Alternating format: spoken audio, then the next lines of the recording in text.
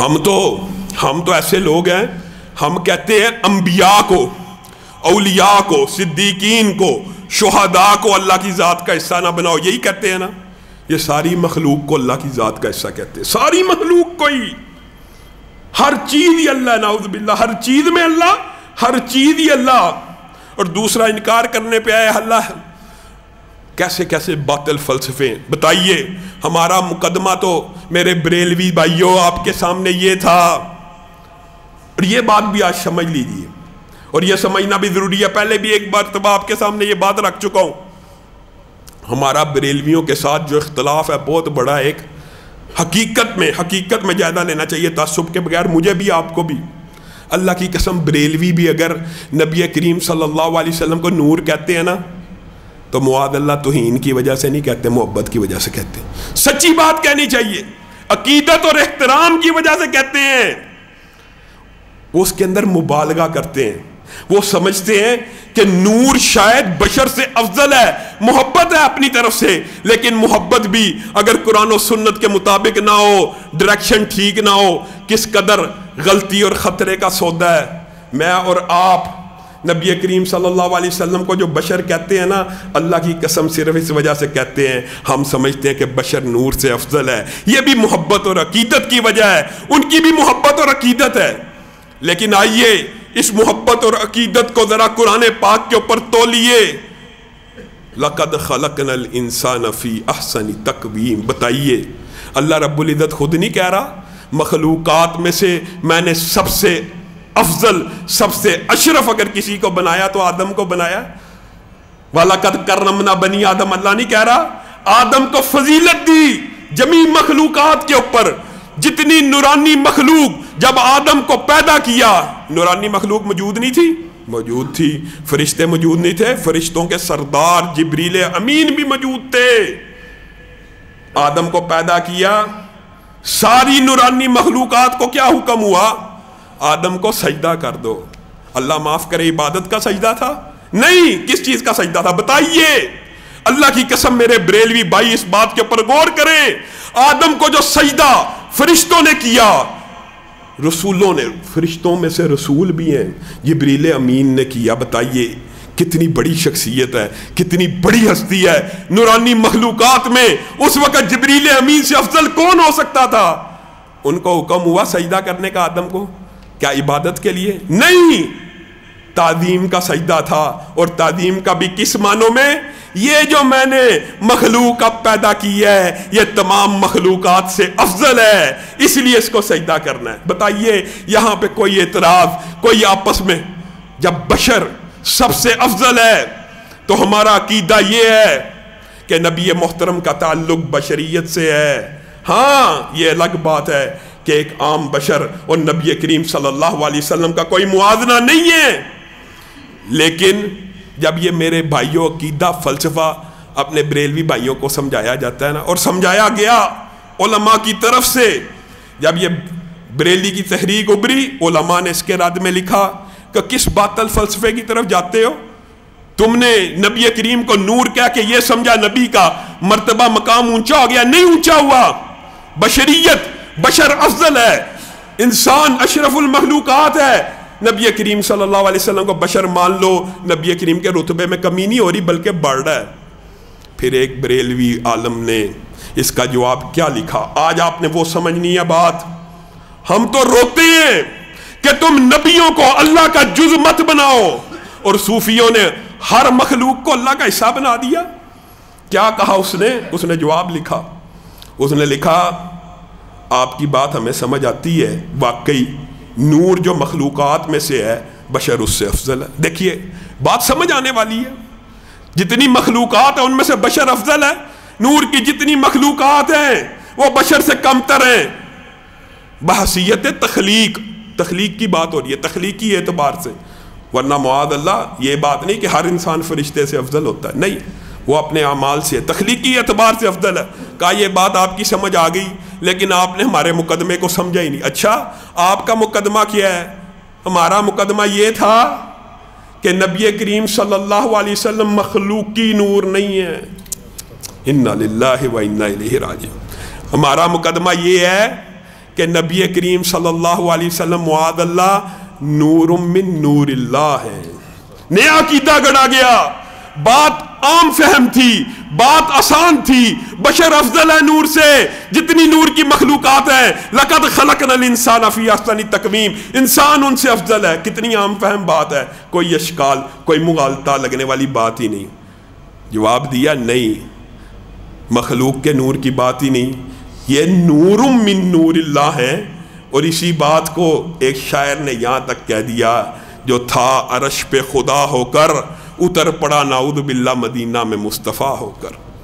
وَجَعَلُوا لَهُ مِنْ عِبَادِهِ جُزْءًا, اللہ کہہ رہا ہے تمہارے ضمیر کے اوپر کوڑا لگا رہا ہے. تم نے اللہ ہی کی ذات کا, اللہ ہی کے بندے کو حصہ بنا دیا. اللہ کہہ رہا ہے اللہ کو پتا تھا امت کے اندر ایک وقت نعوذ باللہ ایسا آنے والا ہے کہ اللہ ہی کے نور میں سے نبی کریم صلی اللہ علیہ وسلم کا نور کہا جائے گا. وَجَعَلُوا لَهُ مِنْ عِبَادِهِ جُزْءًا. جائیے دنیا کے کسی ترجمہ کرنے والے سے اس آیت کا ترجمہ کروا لیجئے. اس کا کیا ترجمہ ہے؟ اس کا ترجمہ یہ ہے, اور بعض بندے ایسے ہیں جو اللہ ہی کے جز بنا دیتے ہیں بندوں کو ہی, اللہ کی مخلوق کو ہی اللہ کا حصہ بنا دیتے ہیں. اور میرے بھائیوں, عزیر یہودیوں نے یہی کہا تھا نا ابن اللہ ہیں. اللہ تعالیٰ نے پورا مقدمہ نازل کیا. عیسیٰ کو عیسائیوں نے کہا ابن اللہ, اللہ نے پورا مقدمہ نازل کیا. یہ تم نے بڑی گندی بات کی, یہ تم نے بڑی تلخ بات کی, زمین و آسمان پھٹ جائیں. اللہ کا بیٹا کہنا اللہ کو گالی دینا ہے. اگر اللہ کا بیٹا کہنا اللہ کو گالی دینا ہے تو اللہ بنا دینا, اللہ کی ذات کا حصہ ہی کہہ دینا. قل هو اللہ احد. احد کا مطلب یہ ہوتا ہے اس کا کوئی جز ہوتا ہے. لم یلد ولم یولد. اللہ نے باطل فلسفوں کا رد خود بخود کر دیا. کوئی اللہ کی ذات کا حصہ نہیں ہے, کوئی اللہ کی ذات کا جز نہیں ہے. نہ اللہ تعالیٰ جنے, نہ اللہ تعالیٰ نے کسی کو پیدا کیا ہے. اور نبی کریم صلی اللہ علیہ وسلم کو ایک آیت میں ایسا حکم دیا کہ توحید کا سارا فلسفہ آپ کو سمجھ آ جائے گا.